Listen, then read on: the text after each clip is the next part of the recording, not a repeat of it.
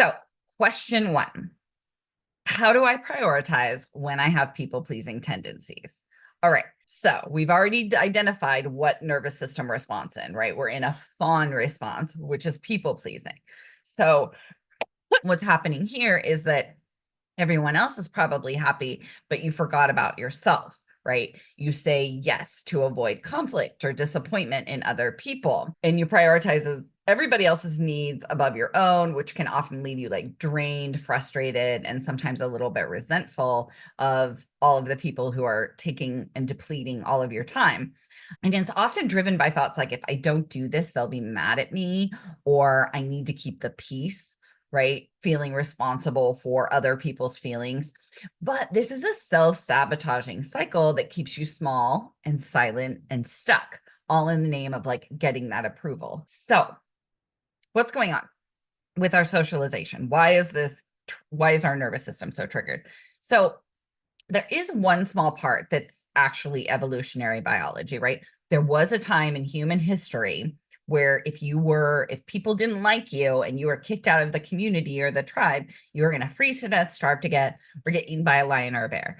It was not going to be a good end. And so part of that is hard coded in that, like, we want to fit in, we want to be part of the group. And that is one part of it, but it's not the part that's driving like this extreme people pleasing behavior. What's driving it often is that validation, particularly for people socialized as women, comes from service of others. You get an answer to the question, am I doing this right? Am I good?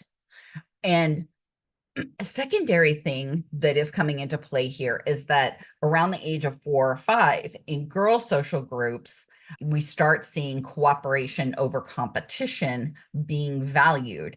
And in boy social groups, you start seeing the alpha and the competition. So there's a lot of like micro failures if you think about it, right? Like if you're competing to see who's going to be the alpha, only one's going to win and everybody else is going to lose each time, right?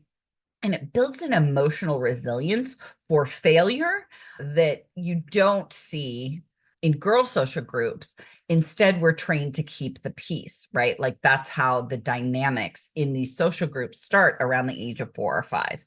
So all of those things are driving this. They're driving the need to people please. So what are the feelings that are coming up because of these beliefs? Well, there's a ton of fear, right? There's a fear of someone else's discomfort. There's a fear of there's a fear of the guilt or regret or shame you're going to feel if someone else doesn't approve. There's a fear of letting people down, which could really be driving this. Like when you're talking about a hyper growth startup, right? Like everyone's working so hard that you feel like you're not pulling your weight. They're all working so hard. I can't be the one who has boundaries, right? That's part of what's driving this.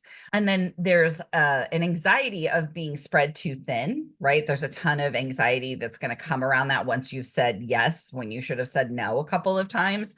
And then again, that resentment, right, is another thing we're going to feel because we start resenting the people who are putting these demands on our time, even though often the people that we're going to resent the most are the ones that we love the most and actually want to be doing these things for. It's just that they have so many needs, particularly if you have small humans in your house, right? So what happens? Well, of course we say yes when we mean no, if our validation comes from service of others. Of course we do. Of course we overcommit when we prioritize other people's comforts and needs above our own, right? Of course we do. That's where we get our validation. Of course we struggle to prioritize when we're afraid of letting someone down, right? Which is the thing that's coming up here. Oh, I mixed up the questions. My Harper Growth Startup. We'll come back to that one. But the prioritizing, right? When we're afraid of letting anyone down. This is why there's a struggle to prioritize, because you want to make everyone happy. You also feel responsible for their comfort. And I will make the argument that they are responsible for their own comfort and you are responsible for your comfort, and you need to attend to you just as they need to attend to themselves. Everyone is their own responsibility, their level of comfort. So what happens when we do these very predictable, very understandable things? Ashley says, I always love your of course sentences, just so validating, and it's helpful to connect the dots. Yeah, like, because otherwise we'll tell ourselves that we're doing something wrong, that like, oh, it's like, that's why this is called It's Not Just You, because we blame ourselves for something that's a really predictable, right? If you are socialized in this way, your nervous system's going to react in this way. And of course, you're going to do these things, right? But we blame ourselves. We think, oh, it's just me. I don't know why I can't get it together, right? Like those kind of things that we tell ourselves because we think it's some problem that we have, that we created, that we are responsible for fixing, right? Which is not the case. Okay, so what happens when we do these things? When we do this very predictable behavior, we overcommit and let people down anyway, right? That horrible feeling where you're like, oh man, I shouldn't have said yes to that, and now I'm going to fail at everything, right? And then we shame ourselves for that. You've chronically undermet needs from the stress and anxiety, and then you feel shame for being stressed out about it, and shame yourself for not being perfect. We resent the people we care about the most, which we covered already. But the worst part about people pleasing, well, one, with people pleasing, no one gets to really, like, they don't like you. Like, your biggest fear is not being liked, but no one likes you now because they don't know you. They like the version of you that does things for them. And so you're robbing people of the opportunity to love who you actually are, right? This person that sometimes says yes and sometimes has boundaries, right? This person that prioritizes themselves, like they don't get the chance to love that. And so it's really strange, right? That our thing of like, I need everybody to like me. I need everyone to approve of me, but they're not liking and approving you. They're liking and approving the version of you that you're giving to them. And who wouldn't like a person who like does everything and is super agreeable, right? So my pitch on that, but the worst part about the people pleasing is that we never get to be a main character in our own narrative, right? We're just like a supporting character in everyone else's narrative, but we never get into our main character energy and era, which I think is the worst part about people pleasing. Okay, so what do we do about it?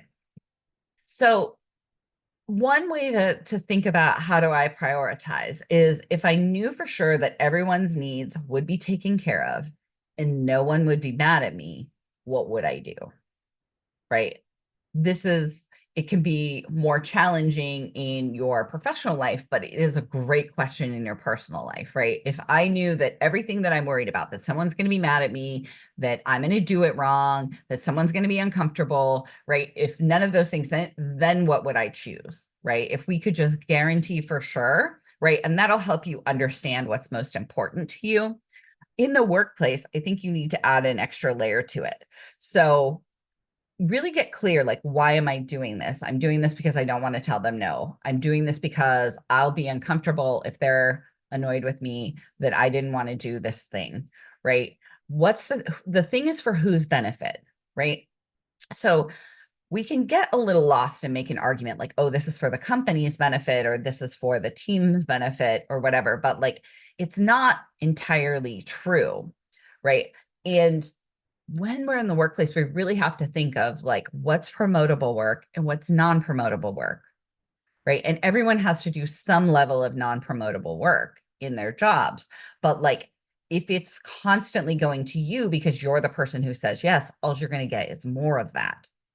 And so you just need to make sure, is this benefiting me and the future that I see for myself in my career? And that will help you prioritize a little bit more too. And then thinking about what will I get if I do this? If I take on this project that's outside of the scope of what I normally do, what will I get? Beyond validation and approval, because we're never going to get enough of that that will offset the like loss of the things that will get us to where we want to go in our career. So what we want to do is we want to build that emotional resilience that we didn't get because we were in girl social groups where, and these are broad generalizations, but cooperation was valued over competition. And so we don't get to look inward for the answer. Am I doing it right? Am I doing a good job? Right. And what we want to do is we want to build that skill of listening to ourselves rather than trying to use everyone else as our validation vending machines and giving us our validation cookies, right, to tell us that we're doing it right. So one way to really start building that emotional resilience, and I give you all this idea all the time, but it's important and it's a really good one, is do a dare of the day. So the way you can build emotional resilience is to do things that scare you every day, low stakes things, but they feel terrifying, right? For me, terrifying would be sending back a meal in a restaurant. I will eat the wrong thing. I will eat something I hate. Like, I will probably try to eat a normal amount of it so that the waitress doesn't ask, like, why didn't you like this, right? There's some level of discomfort in that for me, right? You can ride an escalator backwards. You can sit and face everyone on the subway, like whatever it is, but find things that scare you that are very low stakes. Ask your barista for a free cup of coffee, low stakes things, but try to do them every day and challenge yourself to push through that fright and then get to the other side and be like, oh, that wasn't so bad. Because then when the higher stakes things happen, when you have to push through that to say no to someone and hold space for that they're not going to like your no, then you've started building up that skill. Okay, great. All right.